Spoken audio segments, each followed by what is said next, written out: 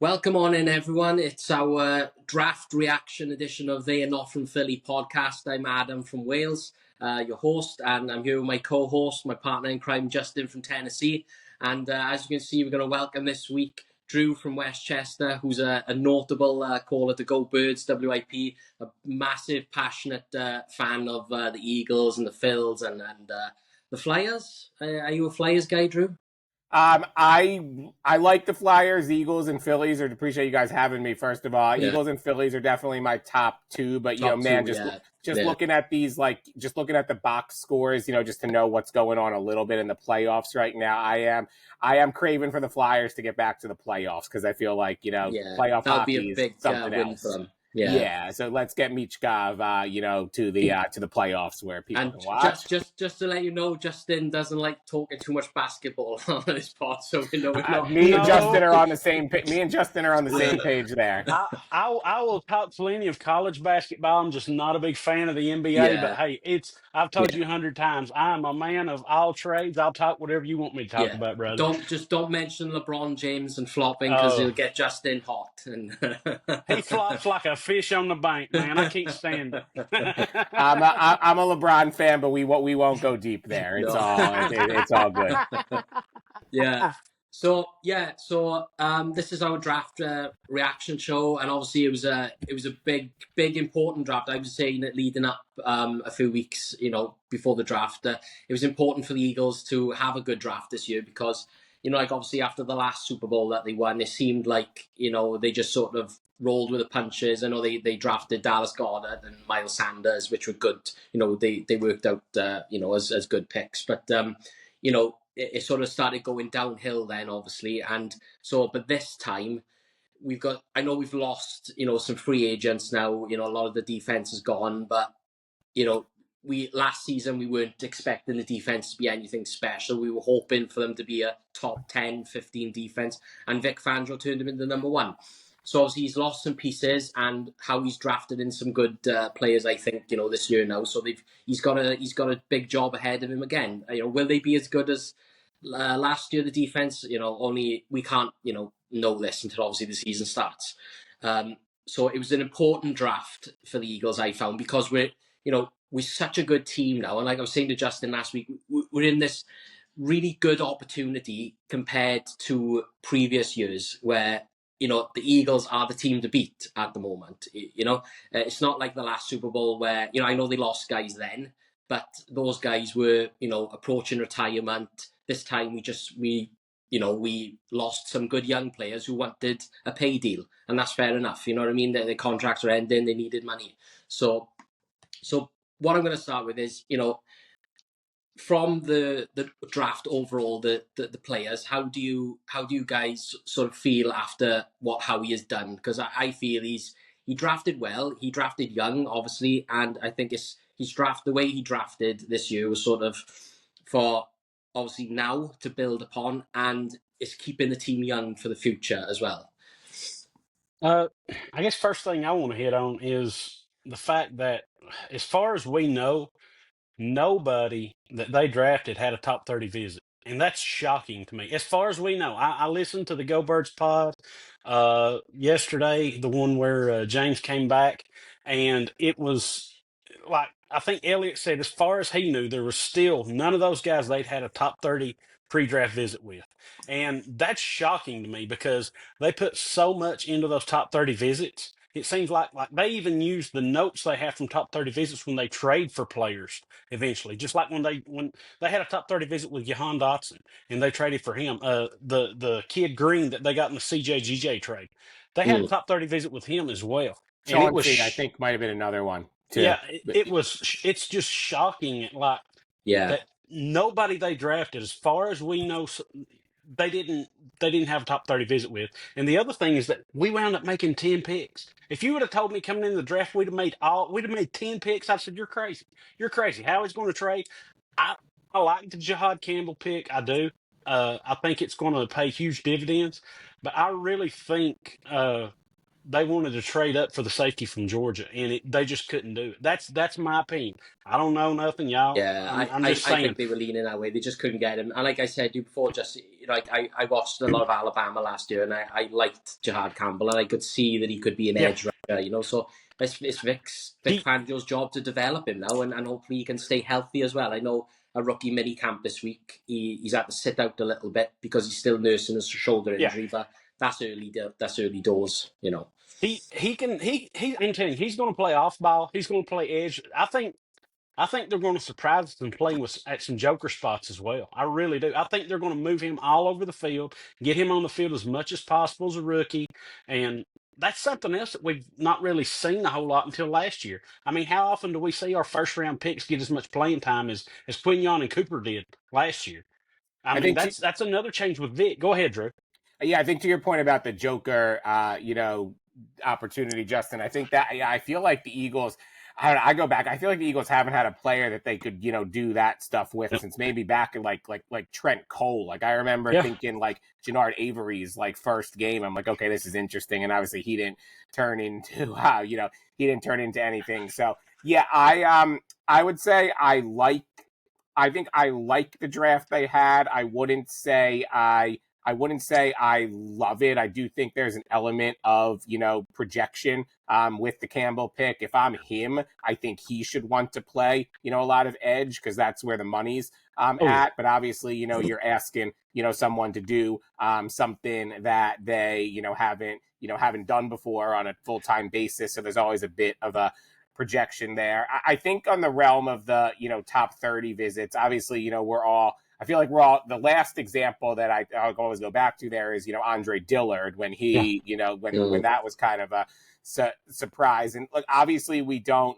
know, these prospects as people, but I think what can maybe, ease a little bit of minds there is just going off, what we kind of know about him in college, how they've spoken in the media. Like I get the sense that these guys, really do, like, football and are high character guys like Jahad Campbell, grew up an Eagles fan. Kyle McCord, obviously, we're just hoping he's going to be a good backup. That's, obviously much less higher stakes, but these, Ty Robinson, these guys, a lot of these guys seem to, eat, breathe and sleep, football, which I think is something the Eagles value.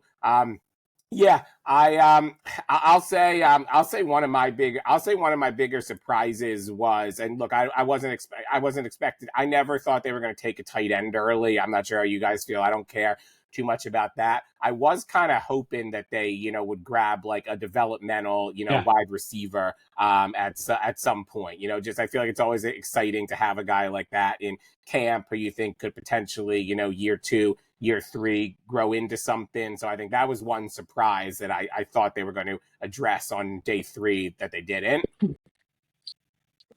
Well, yeah, this is the thing.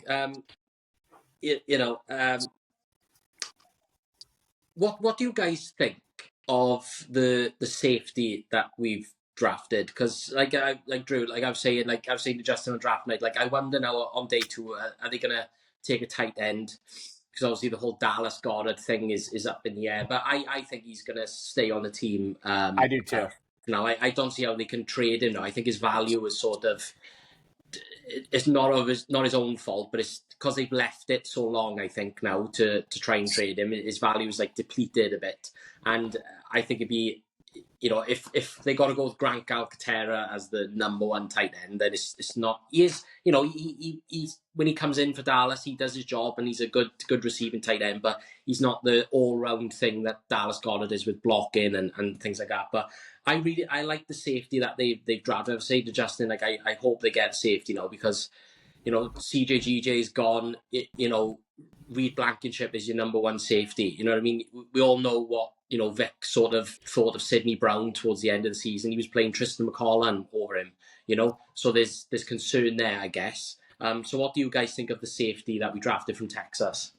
Well, yeah, go ahead, Justin. Not only the safety, but if you look at all these defensive players, our first 5 picks were all defense. First 5. Every one of them, it's versatility, man. Jahad Campbell, he can play off ball, he can play edge, he can play joker. Makuba, Yeah. he can play safety, and he can play some nickel too. I think he played some snaps at nickel at Texas and Clemson too. Ty Robinson, he can go up and down that defensive line. He can play anywhere you want him on the defensive line. Mac McWilliams, he can play outside and he can play some inside. Versatility on the defense, like all these defensive picks that they make, it's versatility is what they're looking at. I love Makuba. I think he's great. You know, a lot of people, I think Elliott, one of his biggest gripes about him was the missed tackle rate. But if you look, he's right there at, he's lower, a little bit lower than the average missed tackle rate in all of college football. Like I think James gave that stat on the Go Birds pod the other day. Safeties, those guys are going to miss tackles. Like a lot of them are headhunters and stuff like that. But I like him a lot.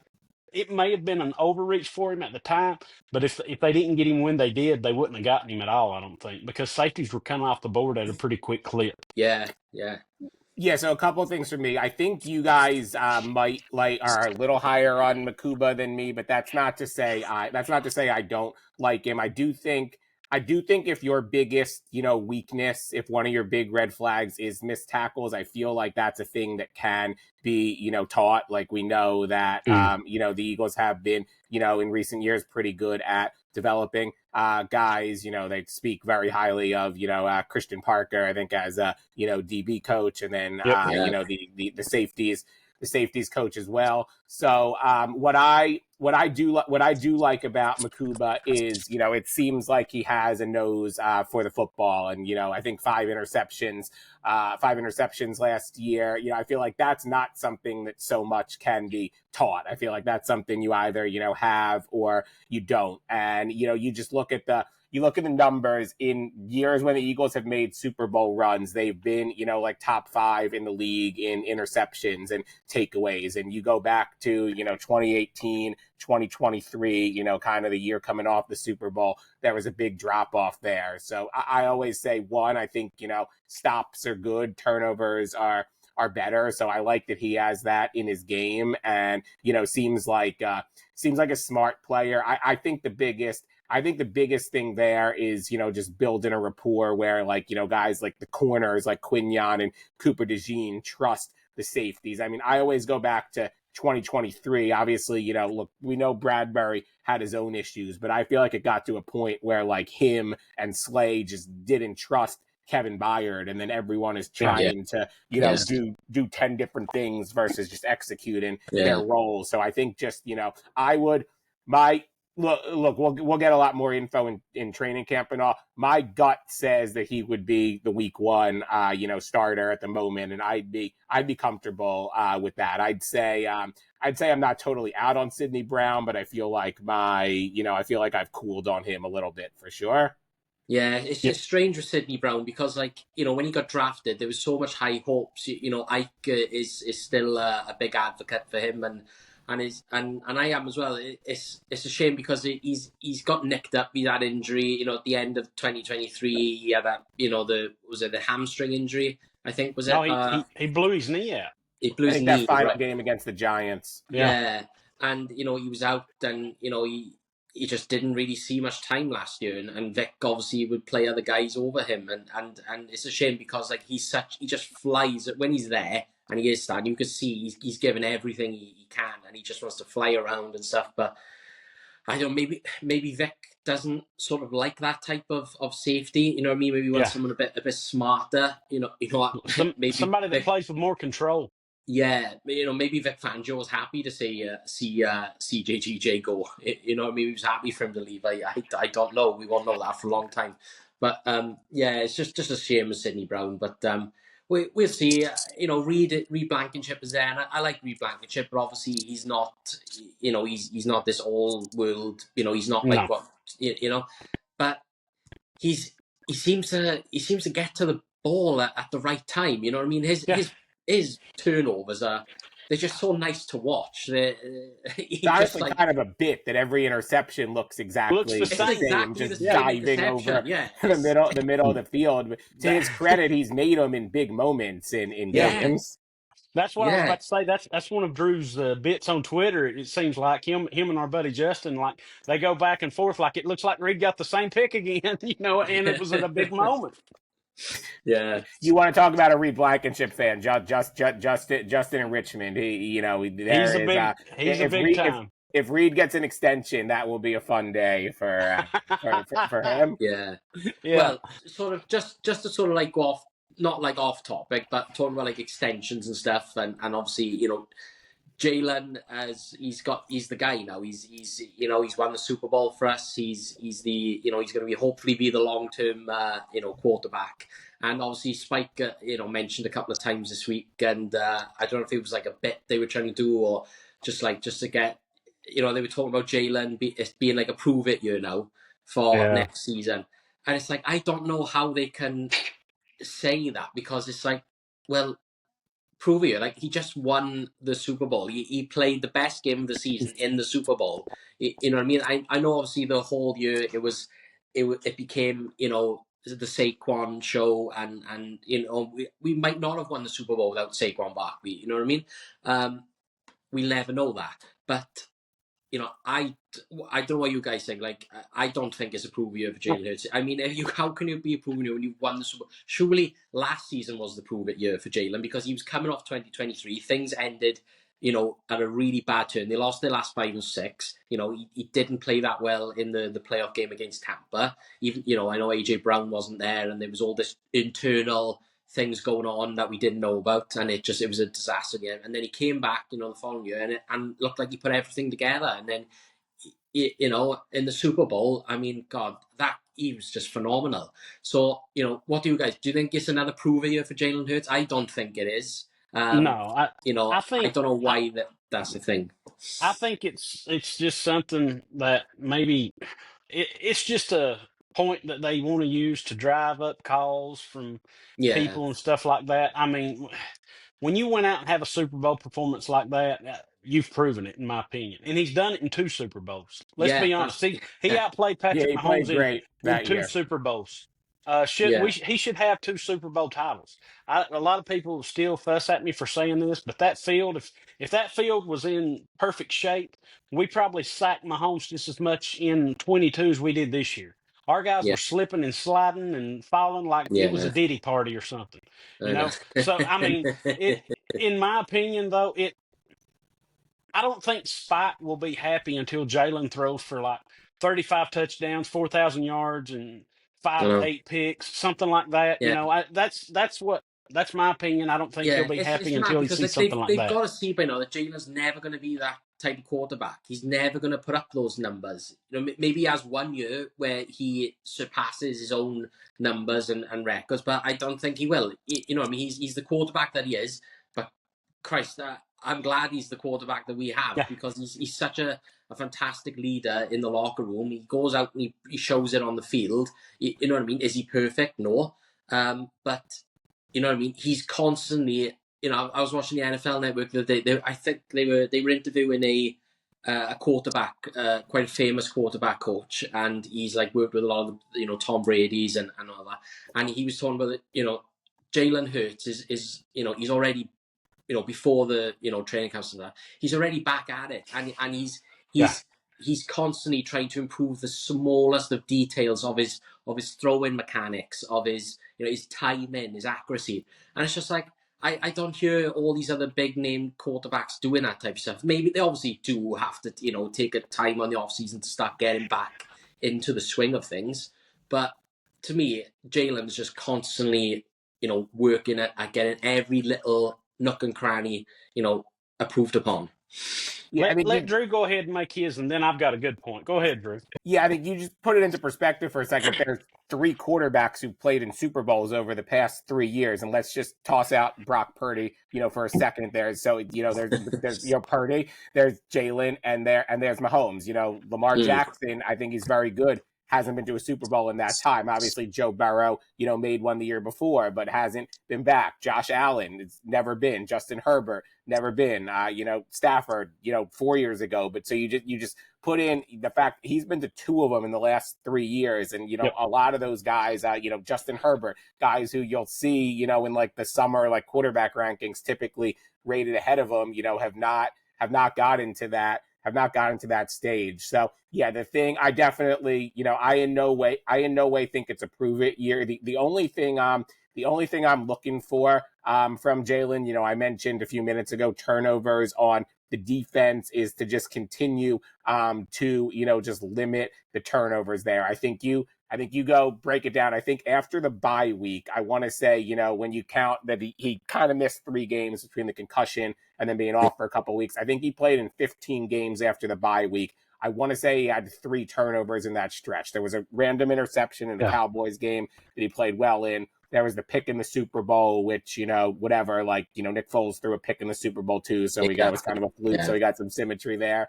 And then he might have had, I could be misremembering, he might have had a fumble in the Steelers game or something that he also played. That was also one of his best games of the season. So 3 turnovers in 15 games. I'm not saying maybe that number is exactly sustainable, but you just, you continue on that trajectory, you're going to win a lot. You're going to win a lot of football games. And that's the main thing that I'm looking for from him. I feel like people always love pointing out when they're trying to make a case for, maybe a quarterback, people always like pointing out, oh, well, look at this throw. I was, I for a while was a big Carson Wentz defender. I think Justin, you were too. I feel like when it got to the end, people would be just, and when I started, trying to take a step back and think about it a little more, people would be like, oh, well, look at this throw. And it's like, okay, but at the end of the day, did the quarterback, did he or did he not play a good game? And I go through, Jalen's game logs from the past season, and outside of those first couple weeks, there's most of the time my answer is yes, he played a good game. And for me, I think that's what it comes down to. So no, I don't think he has anything to prove. I think now it's just a matter of can you be an all-time great? I mean, there's very few who have, repeated or even come close. So just the fact that him and the Eagles are operating on this level where, they have an opportunity to do that is pretty, it's not something I thought I would have seen, 10 years ago, going back to, the end of Chip and even 5 years ago. So it's pretty special in that realm. Yeah. Well, the thing that I wanted to bring up, I just saw it this morning. Jalen, you don't see a lot out of him. You don't see a lot of commercials. I know he has endorsement deals and stuff, but you don't see him in a lot of commercials and stuff like that. And I think a week, maybe 2 weeks ago, we seen the clip or the pictures on Twitter, he's going back into the gym at 4 a.m, 4:30 in the morning, stuff like that. And you've got guys like Lamar, who I forget what it is, but I just seen it this morning. He's going to be like a guest spot on some TV show, acting. Oh, yeah, on Power. Somebody else is I forgot who it was they mentioned was going to do that, and Jalen's just not interested in that. He's not. Jalen is laser focused on winning and improving and getting better. And I mean, Tom Brady, in my opinion, he didn't have the best arm. When those first 3 Super Bowls they won, those were mainly defensive driven, right? So I mean, who's to say? I'm not saying Jalen's going to win 7 Super Bowls or anything like that, but he has that type of focus and commitment. It seemed like a Tom Brady. You never seen Brady do a lot of commercials early on. It was mainly Peyton Manning and guys like that were getting all the commercials. Even though Brady was winning the Super Bowls, it was Peyton getting all the commercial money and stuff like that. So I just think the laser focus that Jalen Hurts has is something I'm not saying these other guys don't have, but it stands out more to me. And maybe it's because I follow so much Philadelphia stuff. I don't know, but that's just my opinion. No, I really go ahead, Adam. Oh, yeah, just quick. And yeah, you're right, because you go back to all the post game speeches, during the playoff run, and you know what I mean.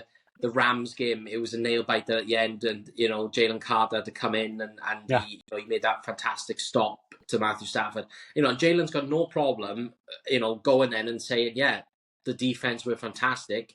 At the parade, he said, defense wins championships. It was like one of the first things he said on his speech, defense wins championships, because he knows, as good as he played, he knows that, you know what I mean, you've got to have that defense to help you as well. You know what I mean? He's got no problem giving, obviously, that's the leader he is. He's got no problem giving out that credit where it's deserved, because he knows, as good as he played, the defense came through in a massive way as well. And that's just what what we, all of us, Jalen supporters, I suppose.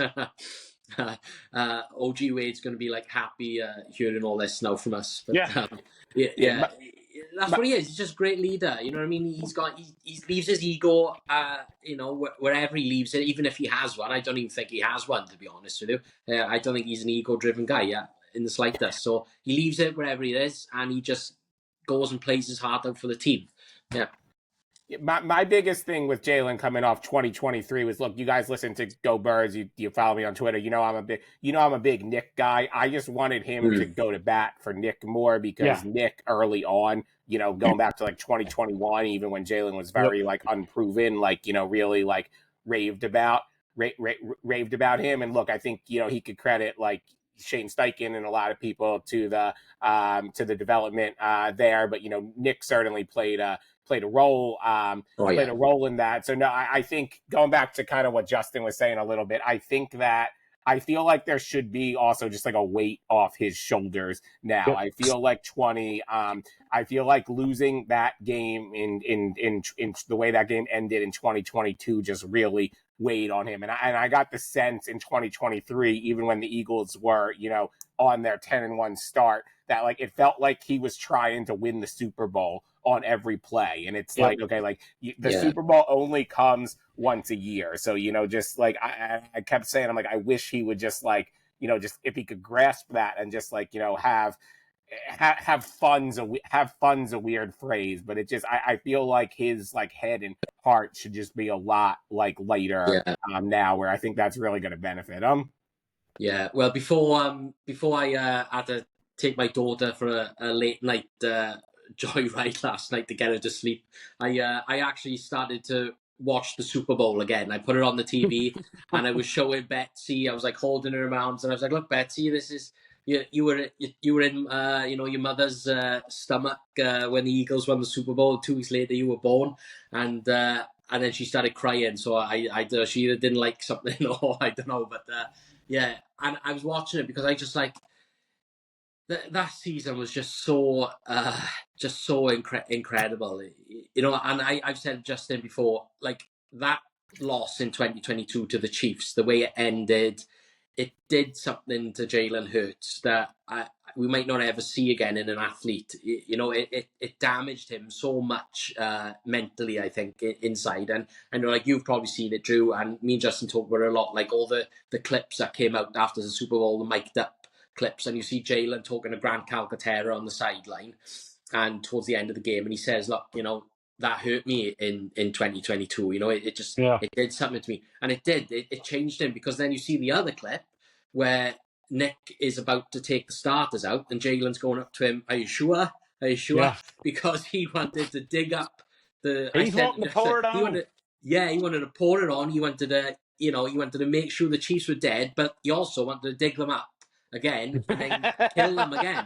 You know what I mean? Like you'd never see that. That's Kobe Bryant, like Mamba. Killer instinct stuff, man. Michael Jordan, Derek Jeter, Kobe, pick anyone. Yeah, it's like all of them mixed in this bag, and Jalen Hurts is the spawner. You know what I mean? It's just I've never seen anything like that at all, and I'm just so grateful. And yeah, like I said to Justin before, at the parade, I really wish Nick Sirianni hadn't kept his speech. Like, a lot of the speeches were so like business orientated. They were like, "Yeah, we won it. Now it's on to the next." And I wish Nick Sirianni had like rubbed it in people's faces a lot more, like all of the doubters. I was waiting for him to bring up the watering the flower speech and stuff, and he never did. And it just goes to show of like the sort of the shift in the team mentality. You know what I mean? And that, I don't know if that just it trickles down from Jalen Hurts and Nick coming together of like an understanding, and it's just all about winning and what can we do and how can we improve, and it's just that's the mentality that they have now, and that's why it's just so great to see the position the team is in, and now like we can go for the dagger again. You know what I mean? Like there's no reason why we can't. So yeah. I thought Nick was gonna cut it loose. Was really gonna cut it loose too. I was waiting for I was waiting for a mic drop. I was waiting for a mic drop moment, but I do think there's an element of he wanted to try to set a tone of we're gonna enjoy this day in the aftermath, and then we're on to 2025. I mean, I think 2018, just obviously the big story going into that, trying to defend that title was the Carson rehab. But I remember you had, Doug, doing like a book tour in training camp, being like, we're done talking. The banners are down. We're done in the NovaCare. We're done talking about the Super Bowl. And then he's on a book tour, 2 days later. And I think the key for Nick, I think the key for Nick and Kevin Petullo will be continuing to evolve the offense, but just from and avoiding complacency there. But I think just from a mindset standpoint, I have no concerns about Nick on that front. I think he very much like Jalen wants to win as many as possible. So I have no concerns there. Yeah, it's been like 5 years now, over 5 years. If they haven't got sort of a good working relationship and a good sort of understanding of how they want the offense to run and how they want what players they want to bring, if they haven't got that by now, well then obviously they're never going to have it, and they obviously have, because they've won this. They've gone to the playoffs every year. They've been in 2 Super Bowls, won one. So yeah, I don't have many concerns about Kevin Petullo either. Like me, Justin, I suppose, as long as he sort of is open and willing, and maybe they can like keep to some of the things that maybe Kellen Moore brought in, but who knows how much Kellen Moore brought in or wanted to, because they ended up obviously for a long time after the bye week running the ball a lot. We became a running team, so it's so it's going to be really interesting to see how that all unfolds. Yeah, but like so go back to the draft. Obviously, the big talking point over the weekend, even going into it, and we spoke about it with Corey, for a bit, was obviously the Shedeur Sanders thing. There was so much like talk about he was going to go, top 3, top 4 in the first, or where in the first round, and I had this feeling that he was going to, the closer it came to draft night, I just had this feeling that the Will Levis thing was going to happen. We spoke about it, just like he was just going to end up dropping into the second round. You know what I mean? And then he ended up sliding all the way down to the 4th. So what do you guys sort of think, factored into that? Because there's been so many like rumors coming out that he had bad interviews, or that he tanked certain interviews with certain teams and it put off other NFL coaches. How do you guys sort of see how everything unfolded with the Shedeur Sanders like drama? I think it was a little bit of everything that we've heard, to be honest with you. You look at his college tape and stuff. Yeah, he looked good. He had some good games, but his record in college against teams that were 500 and better was 1-8. He carried himself like his dad did. And corners, it's one thing if you're a cornerback or a wide receiver to carry yourself and have an arrogance about you, but people don't want to see that out of their quarterbacks. You know what I'm saying? They want a strong, confident leader. Guys like Jalen Hurts, that don't say much. Look, what quarterbacks in the league like really come off like that? None of them. Not a. I don't know a single quarterback in the league right now that comes off the way he does now. And I think I put a lot of it on his dad, because if you go back, I've followed this kid for a long time. He's never had to compete for the starting job. in high school, he was given the starting job. When they went to Jacksonville State in college, he was given the starting job. When they went to Colorado, Dion shows up that first meeting in the team room. He says, "All right, I'm bringing my own bags. I've got Gucci bags." He said, "I'm bringing my own quarterback." So he didn't have to fight for the start. I mean, to me, if you want your kid to be humble, at least say, okay, yeah, I'm bringing my son with me. I'm bringing Travis Hunter with me, but they're going to work. They're going to compete for jobs just like you guys are. But he didn't do that. And then I don't know if you guys saw it, but I read the story about how things went supposedly with the Giants. Like they sent him the playbook and gave him stuff to go over, and he didn't know any of it. And then when Dayball called him out on it, like he got like when he confronted him, he got combative over it. Like he was getting pissy with Dayball. Yeah. And then there was another rumor that came out that he had an interview with the team, and he was sitting there talking to the coach. He answered the phone with from another team and was talking to the other team while Oh the man. head coach was sitting there. Team, this is serious business. This is serious work. And if you look at some of the stuff, like there's videos that came out with him and Cam Ward. And I've kind of warmed up to Cam Ward more now that I've seen these videos. There's one where Yeah. he's telling Cam Ward, we need to rap together. We need to do a song. Cam Ward says, "No, man, I just play football." Going to the gym. Yeah, I go to the gym. And then there's another one where they're competing in these drills. Yeah, I And see that. Cam Ward tells him, if I threw checkdowns like you, I'd have 90% completion percentage. And they get done with the first drill, and he says, "You getting a drink of water now?" He goes, "Leave me alone. I'm drinking Gatorade. I get paid to drink Gatorade." And he says, "What do you get paid to do?" He says, "I get paid to play football." Yeah. It's two different mindsets. And Yeah. I think the attitude's a big part of it.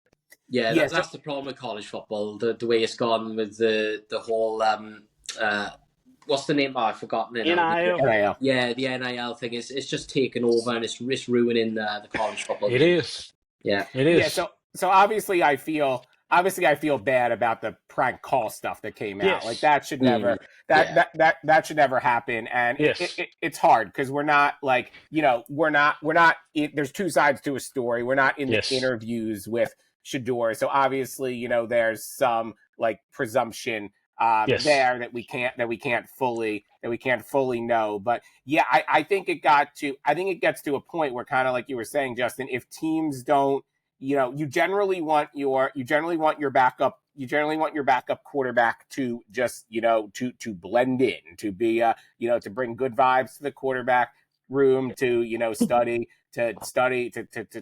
film, to, just kind of, just like be a part of the background, like outside of the games that he played, you don't hear from Tanner McKee talking during the season 2023. You didn't hear from Mariota talking to the media, and also I think it gets to a point where if teams don't view a guy as the starter, they'd rather have, and which I understand, they'd rather have a backup who maybe has less of a ceiling, who has less ability, but is, just not gonna, ruffle feathers in your quarterback room, and you're not gonna have to deal with, with Dion, popping off after a game or something if the quarterback struggles and Shedeur's sitting on the bench. So yeah, it'll be interesting to follow his career. I don't have super high expectations. My thing with him, and you want to bring it back to the Eagles a little bit. I was a big fan. I was a big Jalen Milroe guy. I would have been totally cool if they wanted to take a flyer on Jalen Milroe. I think McCord's fine. I think there was an element to me with Shedeur, and I'm not going to pretend I watched Colorado like football closely this season, having a newborn and all, but the times I did, I felt like it seemed to me like Travis Hunter bailed him out a lot. I know he's throwing to other guys too, but I'm always kind of mindful of just like knowing like the talent you have around you in college. And I guess to one of your points, Justin, look, I'm not saying a guy has to win, I'm not saying a guy has to go to the college football playoffs and win, national titles to be successful in the NFL. And I know he wasn't, outside of Hunter, maybe playing with the best talent, but like if you're losing 3, 4, 5 games a year in college, you're probably going to lose more games Yep. in the NFL. So I always am a little I don't have, a hard stat on this, but I always am a little concerned about and about guys who, didn't win big in college, who, then are, I feel like, go back in the day, like Brady Quinn, another Browns pick, right? Yep. The knock on him at coming out of college was you can't win a big game. And it's like, well, every game in the NFL is a big game. So yeah, well, I'm glad the Eagles do not have to deal with. To me, it just shows what an incompetent organization the Browns are. To be honest with you, they drafted Quinshon Judkins in the second round, and then they draft Dylan Gabriel in the third round. And I'm like, okay, that's good. Gabriel can be a backup for years to come. I like Gabriel. I talked about Gabriel with Adam on one of our draft pods. I like Dylan Gabriel a lot. And then in the fourth round, they draft Dylan Sampson, running back out of Tennessee. And I'm like, didn't y'all just draft Quinshon Judkins in the second? You're a bad team. Yeah. You need more than 2 running backs. I mean, you would think, okay, you would pass down. And then in the fifth round is when they take Shedeur Sanders. And I'm like, what the hell are they? So it just goes to show what an incompetent organization it is. And I'm sorry, I think it's going to be a shit show. I really do. Because he's going to show up. In my opinion, if I'm wrong, I'll say I'm wrong. There's one thing about it. If I might be wrong, but I won't stay wrong. I'll say that I'm wrong. But I think he's going to show up, and yeah, they might make him the starter this year. He might get some starts, but I just do not think it's going to work out for him in the long run, especially in Cleveland. Well, on the note of the incompetent organization, it should really make people appreciate Jeffrey Lurie, because I think their GM, right, Andrew Berry, like he worked with Howie. He was raised by some Eagles principals. So like he's seen what it takes to be a successful team. But if you're, if you have too much, and look, I don't know what happened in the Browns draft room, but if you have too much meddling from an owner, or your owner's not willing to spend money and all, like it can, you could take someone who's a lot of smart football people I feel like have tried and failed with the Browns. So I think it does just kind of come back to that. The thing about it is, the owner of the Cleveland Browns is Jimmy Haslam. The Haslam family are the biggest donors that the University of Tennessee has. And the University of Tennessee football program had a nosedive at one point. And then when Jimmy Haslam kind of bought the Browns and found a new toy to play with, that's when sports started ticking back up at the University of Tennessee and coming back, because he meddled so much. He's such a huge donor. Like, he had such influence over like who the coach they should hire and stuff like that. So that's a little bit of, as our boy James Seltzer likes to say, inside baseball for you. Yeah. But yeah, the Haslam family, like Jimmy Haslam's dad, Big Jim Haslam, he's like the main donor. He played for General Robert Neyland at the University of Tennessee.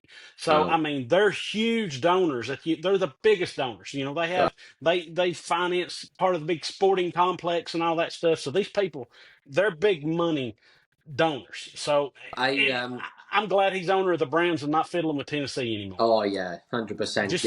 Just give me your money and stay away. I'm thinking, like, probably the most exciting thing about the Browns this year is probably just going to be obviously watching who gets the quarterback job at the start of the season, who they go with on game. I honestly think, I know Kenny Pickett's there and that, but I think Joe Flacco is going to win the starting job, right? Because he very well could. When he came to them year before last, he took them into the playoffs. He did a good job. But when he came in for the season, he brought a bit of a spark to them. And I don't think Browns fans were getting too excited about that. But I think he wins the starting job, because I just think there's going to be so much thing on Shedeur Sanders, and obviously Dylan Gabriel's there, and Kenny Pickett. I wonder what's going to happen with Kenny Pickett. You know what I mean? That's an interesting one, that is. But I think on day one, Joe Flacco's the guy. I think Pickett, like, he could wind up getting traded to a team, like say there's a team who loses their starter in training camp, something like that. Yeah. They're not going to carry full quarterbacks, so they're not going to cut Sanders. They're not going to cut Gabriel. If Flacco's kind of showing he's going to take the starting job, they could trade Pickett, or they could just wind up cutting Flacco or trading him. One of those two guys, I believe, are going to get traded. Yeah. You're not going to carry full quarterbacks. It's kind of crazy they are only a year removed from the playoffs. Like, you just think about like the total mess it's been since. I mean, that was a great story with Flacco. It's just kind of crazy how much can change in a year in the NFL. Yeah, like that's why, you know, we got to keep harping back to like how lucky we are to have Jeffrey and like Howie's team around him. Because I know, like, obviously Howie obviously gets a lot of the credit and the applause for, you know, when these draft picks he brings in or the trades he makes, but he's obviously got a great team around him. You know what I mean? And I know he loses people every year, you know, because obviously if you're a great general manager, you've got a great team around you, other teams are going to want your people. You know what I mean? And how these people are spread around the NFL now because they're all kind of get. But he always seems to, you know, bring in other new people or promote people from within to come onto his team, and he just is consistently doing a great job. So we've got to be so grateful that we're in the position we're in, and that's why they got to keep building on things now, because it's just you know, to go back to 2020 where this team was, and at the end of 2020, I know we had, like, you know, Jalen had brought a bit of a spark, but I was sitting there thinking, oh man, like, you know, I mean, Doug's going to get fired, and it's just, you know, can we trust Howie to draft well next year? You know what I mean?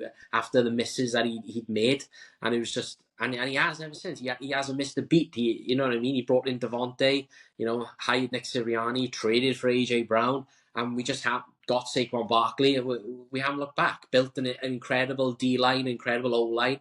Yeah. The fact that he missed on Bryce Huff and the roster was still so good last year is pretty amazing. Yeah, we got to hit every note. You know, it'd be interesting to see what happens with Bryce Huff, whether he somehow manages to bounce back or he gets traded. I don't know what's going on with that one. That's just it's the money. It's like the Taiwan Walker thing with that. It's the money situation that's keeping him on the team. You know, I've got two things I want to hit on the draft. One guy, he's a 6th round pick. I know you're throwing darts at a dartboard in the dark with when you get basically to the 5th round on, in my opinion. Sometimes you hit it, sometimes you don't. Antoine Powell-Ryland out of Virginia Tech, the edge rusher they got. Yeah. I like this kid. And the thing about it is, the biggest gripe that I've seen out of everybody who done their draft report of him is his short arms. And that kind of reminds me of who was the guy you brought up earlier, Jannard Avery, Drew. But this kid, he is small, compact, he's quick, and he is strong, guys. Like I said, edge rusher out of Virginia Tech. So that's, if y'all are looking for a name to watch for during training camp, like to see how this guy does, it would probably be a guy they'd stash on the practice squad, hopefully. But we made 10 picks in this draft. And then we signed our full allotment of free agent rookies. And going to the free agent rookies, this one stood out to me. Colin Pierce out of Rutgers. I don't know nothing about the kid. Didn't do any work on him, looking at him or nothing. They gave this kid as much money as they could to sign him. He's a tackle out of Rutgers. He's 24 years old.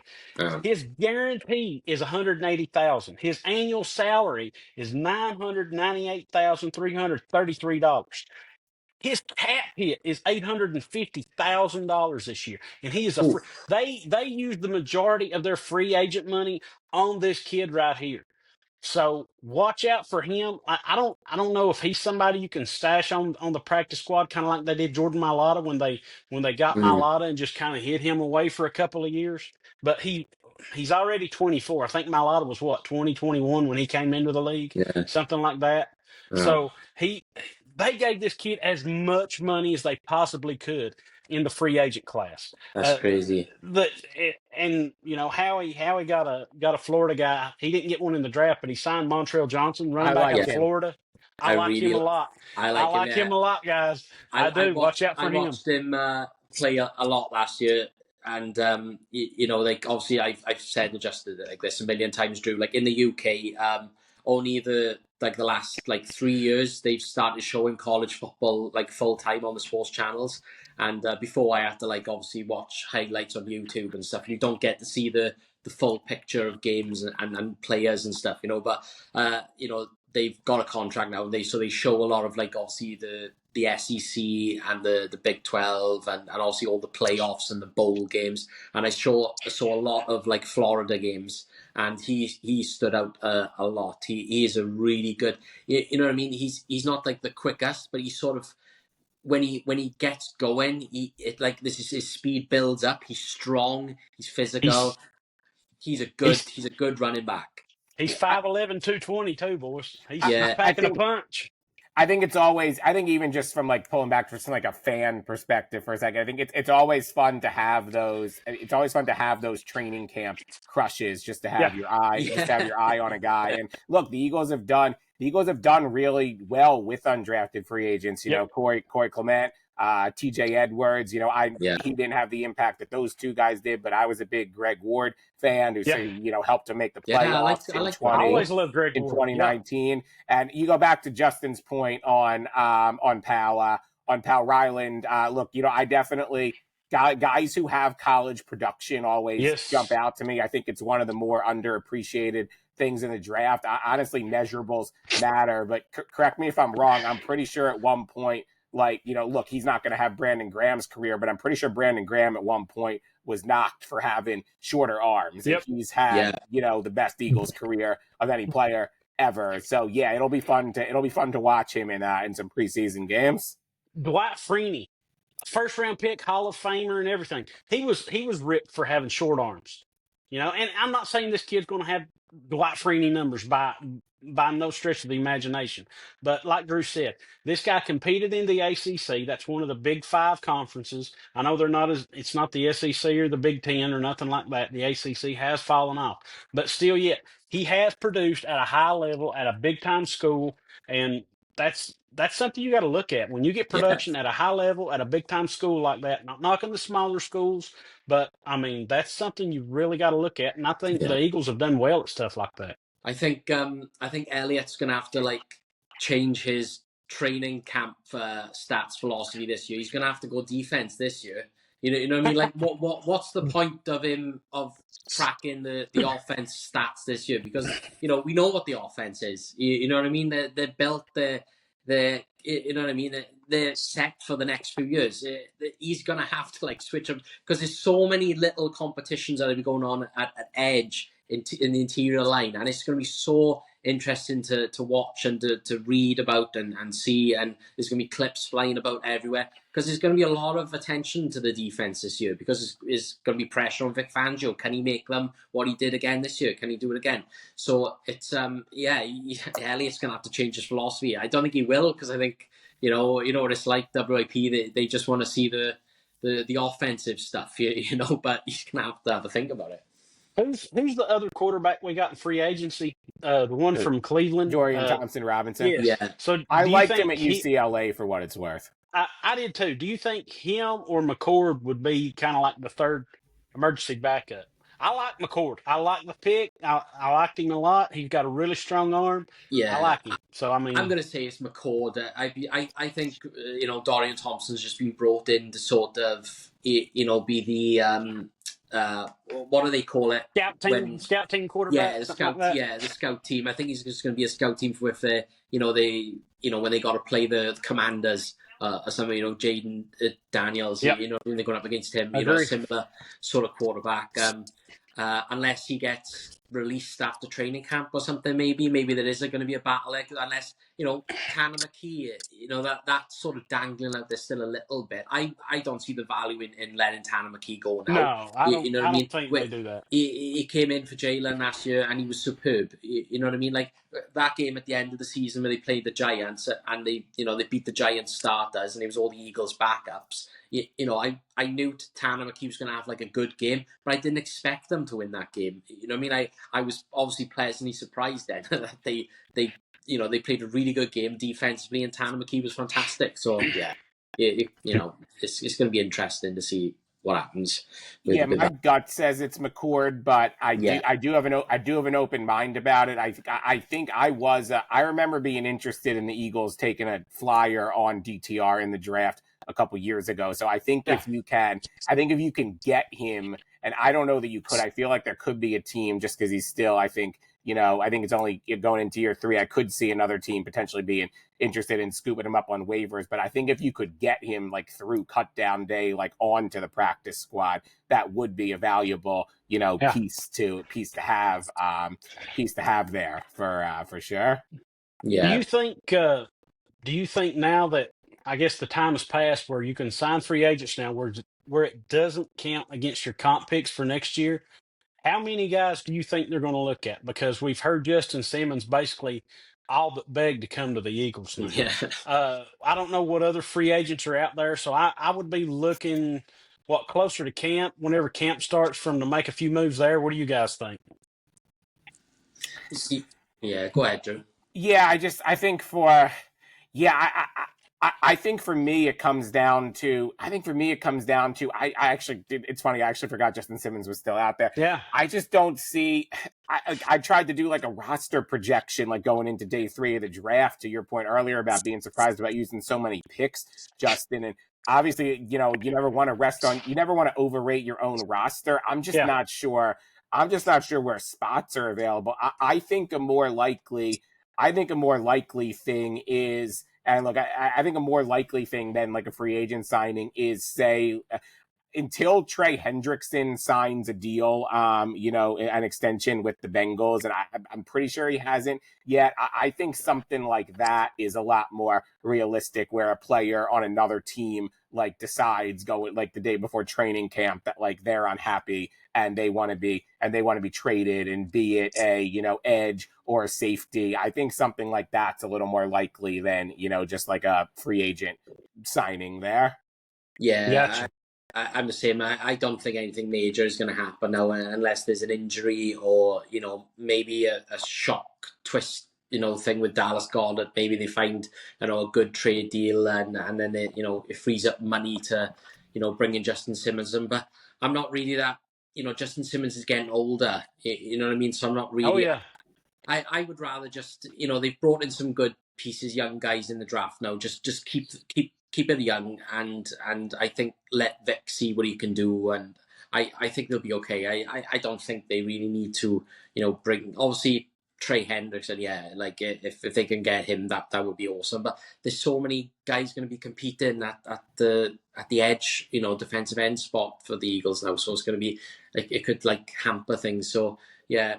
So just to we've got about say 10 minutes left. Let's dig into some Phillies quick.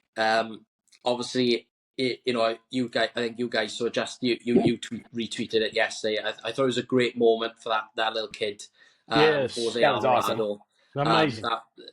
That the jersey I've got on now is a Jose Alvarado, and cause he's like my favorite pitcher for the Phillies. And I'm really glad that he's having a good bounce back so far this season. You know what I mean? They're not overworking him, and his confidence seems to be there. But that was an awesome moment last night. You know what I mean? That they brought him to the game, and he got to meet him and get all this stuff off him. I thought that was really cool. And obviously then Jose got to close out the game as well. You know what I mean? In the ninth, that was just fantastic. Yeah. So Drew, I know you're a big Phillies fan. So how do you sort of feel how the season is going so far? And obviously, there's a lot of talk with Trey Turner at the moment, his defensive struggles that he's having. And obviously, Alec Boehm has been a big talking point so far this season. Now Bryce Harper's coming into the mix because he's not hitting well. How do you think the season's going to go? I know it's obviously still early days, but a good number of games have gone now, and I know it's a long season, but I'm personally not feeling too confident about them getting hot in October. I know, maybe we're sort of hoping that they're going to be like what the Mets did last year and what we did in 2022, where we became the hot team and we got into the World Series. But I don't know if the juice is quite there this year. How are you feeling about things, Drew? Yeah, I think it's tough because I don't feel great, but I don't think, not by any means going to crater. I think they're going to win enough games to kind of almost torture people in a way, or keep people interested enough. I think what's a little ironic is I recently watched I recently watched the movie like The Social Network, like a just great movie. I've watched it a bunch of times, but there's a line in the movie I always remember where like Mark Zuckerberg's character says like it's moving like faster than we ever anticipated, and I feel like 2022, and my point will make sense in a second. I feel like 2022 was kind of that. If they had gone in kind of like reverse progression, where from what they did, if they had say lost in the wild card or division round in 2022, lost in the NLCS in 2023, made the World Series but lost last year, it would have felt like, okay, like we're kind of building something. Like it would have maybe felt like 01 to like 04, like Eagles-ish a little bit, and you can like get over the hump. But because they've gone backwards, they've just kind of created this just like distrust, I think within the fan base. And I also feel like amongst themselves a little bit. And you tie it back to football for a second. I just worry. Look, I think they are gonna make the playoffs, and I think we can acknowledge they have a chance to get hot in October because they have starting pitching that can potentially be dominant. There is a chance that Zach Wheeler and Jesus Luzardo could. It's unlikely, but they could both go out and throw just complete game shutouts in the first two starts of a playoff game of series, and then you're up 2-0 and all. So they do have some infrastructure in place to do that, but I'm not too concerned about Bryce, but I just overall have a hard time seeing it with this lineup right now. I just don't feel like they produce a lot. I don't feel like they score runs, and I kind of feel like, and look, you go to football, the NFC is not bad by any means. It's a fine, conference, but I feel like the National League in baseball has kind of become what the AFC is in football now, where you just have a lot of teams.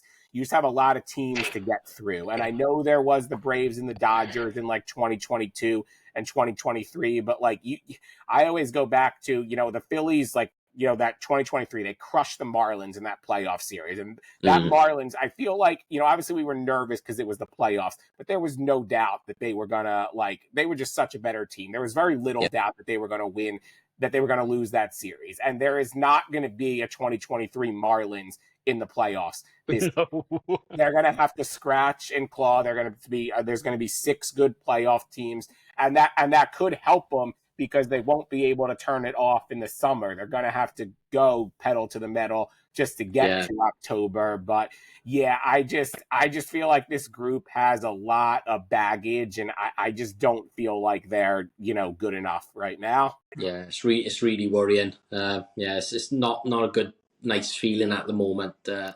What do you think about things, Jess? I think, to piggyback off what Drew said, I think if they could get there, their starting pitching could take them as far as they want to go, dude. With Luzardo, like I was listening to our boys Jack and James on the High Hopes pod the other day.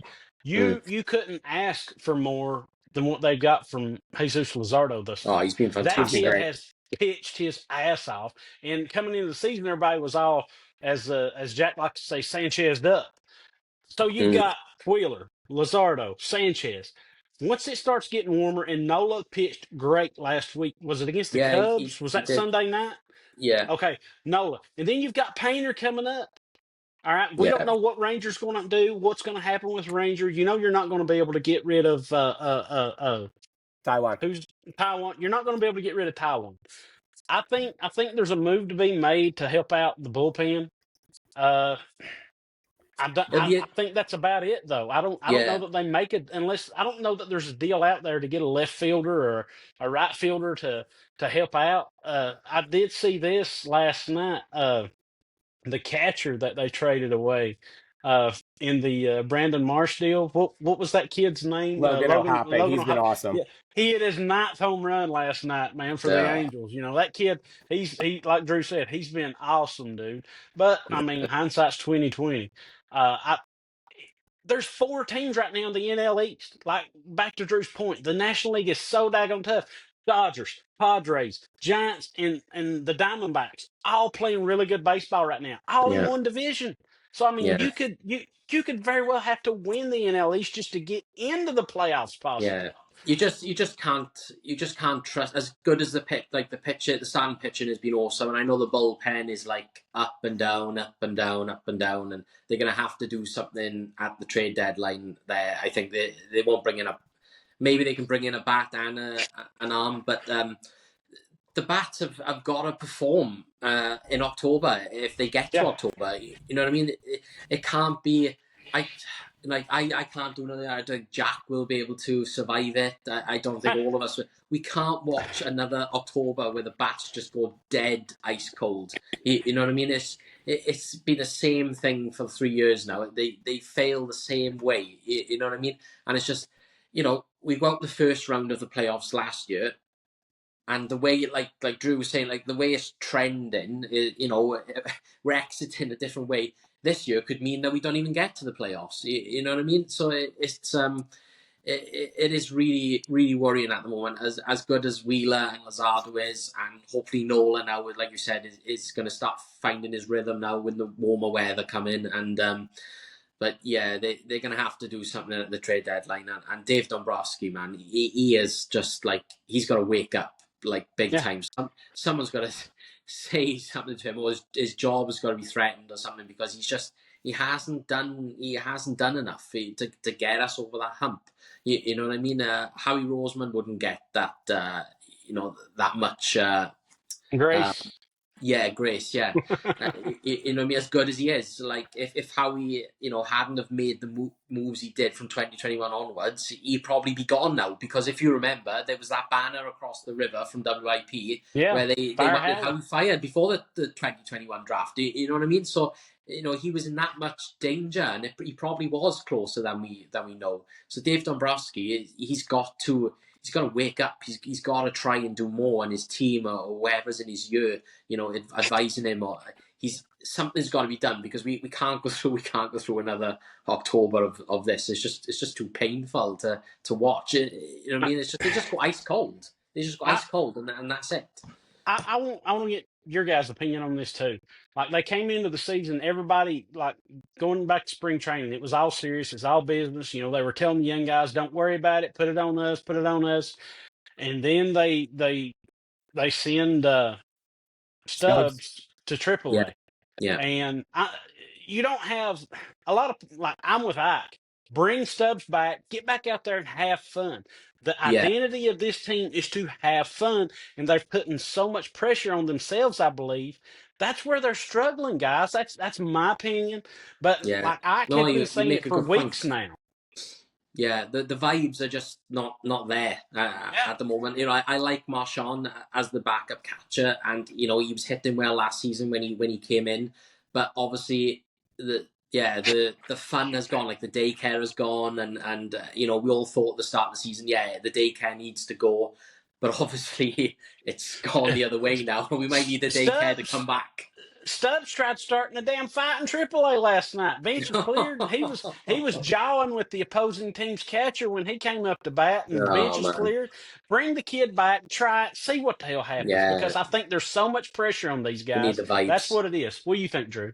Yeah, so I feel like we agreed on like a lot of Eagles stuff. So I'm excited. We kind of get to disagree on something. I was a little over Stubbs, just especially after the comments in the Diamondbacks like totally series and series and all.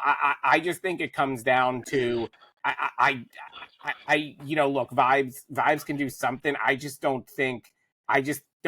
go back to, I just don't know if they're good enough. And I just think there's a lot of like baggage from the past couple Octobers. I mean, you mentioned like kind of the Dombrowski and Howie. I think the Eagles, one thing they are undeniably great at is when there's a problem, they correct it. And sometimes they overcorrect it too much, to the point where, they just draft 3, speed receivers, Rager, Hightower, and Quez Watkins, and none of it works out. But I'd rather have someone trying to overcorrect a problem than to seemingly be in like denial about it, or not doing anything about it. And look, obviously, I think Dombrowski, he got the club back to the playoffs. He's obviously a Hall of Fame executive, but I feel like this is what happened. I feel like this is kind of what happens to some of his clubs. You saw the Red Sox reach the World Series, then they won the World Series, then they go downhill a little bit. The Tigers and the Tigers won a World Series, and the Tigers didn't win a World Series, and they got old in a hurry and kind of cratered. And I think unfortunately the difference here is his Red Sox and Marlins teams finish the job, where like banners fly forever, and they got to win one. And unfortunately here it just seems like 2022 is an incredible run, and so 2023 was fun for a good chunk of October, but you just worry that those were when I think the bottom line is when you get to a championship round, you just have to win the game or the series, because you just don't know if you're ever going to be back. The difference is between those teams where he did win and made it to a World Series and stuff. For him, it was almost like what the Rams used to do. F them picks. That's a great point. It was F them prospects. He was trading whatever prospects he had to trade to get the best pitcher or best bat available. He did that with the Red Sox. He did that with the Tigers and the Marlins. He said, hell with the prospects. They're prospects for a reason. They've not proven anything yet. He didn't do that with the Phillies. He didn't trade Painter. He's not traded anybody, and that could be what may have held him back. Yeah, it's a shame. It's not great at the moment, but obviously, like we've all said, the talent is there, the stars are there. You know what I mean? They have everything. They should have everything they need, but they just can't get that rhythm going. They just can't find they can't leave, like Drew said. They can't get rid of the baggage. It's just weighing them down, and it's unfortunately it's becoming a problem every October. So we'll have to leave it there for this week. But Drew, thanks again for coming on with us, man. It's been an absolute blast. You are just like a fountain of knowledge and stats, and me and Justin, I mean, we're big fans of you on Go Birds and stuff, and it's been great to talk to you and meet you and get your points of view and opinions and stuff. It's been really fun. This was awesome. You guys do a great job. I appreciate you. I appreciate you having me on. Happy to join whenever. And it's never a bad day when the Eagles are defending Super Bowl champs. So it's always good. Like I said to Betsy last night before she started crying. And Charlotte, my wife, she said to me, "You watching this again?" And I said, "Yeah, this is never going to get old. I'm always going to watch this Super Bowl because I hate the Chiefs. I hate Patrick Mahomes. And I just like to see them beat down them the way they did. It'll never get old." So real quick before we go, my only gripe about this Super Bowl is from the one we won in 17-18, they still came out with the videos, like the Blu-rays. And I have the Blu-ray, and it's got all the highlights and lowlights from that season. Yeah. And I still watch it every year on the day of the Super Bowl, whether we're in it or not. And they stopped doing that. They stopped it. They don't make those anymore. And that really pissed me off because, I mean, everybody knows I'm a huge physical media guy. I love movies and everything. And I wanted that video to, to go through all the highlights of the season and watch for years to come. But I guess that's what YouTube's for now. But I agree with everything Adam said, Drew. I'm glad you came on. Love you to death, brother. You know that. Drew, he was my guy that day we went to the Eagles game. He got me to the game and back to the hotel. Don't know what I'd have done without him that day, boys. But what a day too. Just Jalen walking it off in the pouring rain. Awesome. It was raining like pouring piss out of a boot, but I didn't care, buddy. One of the best games ever. Fantastic. It was. Yeah.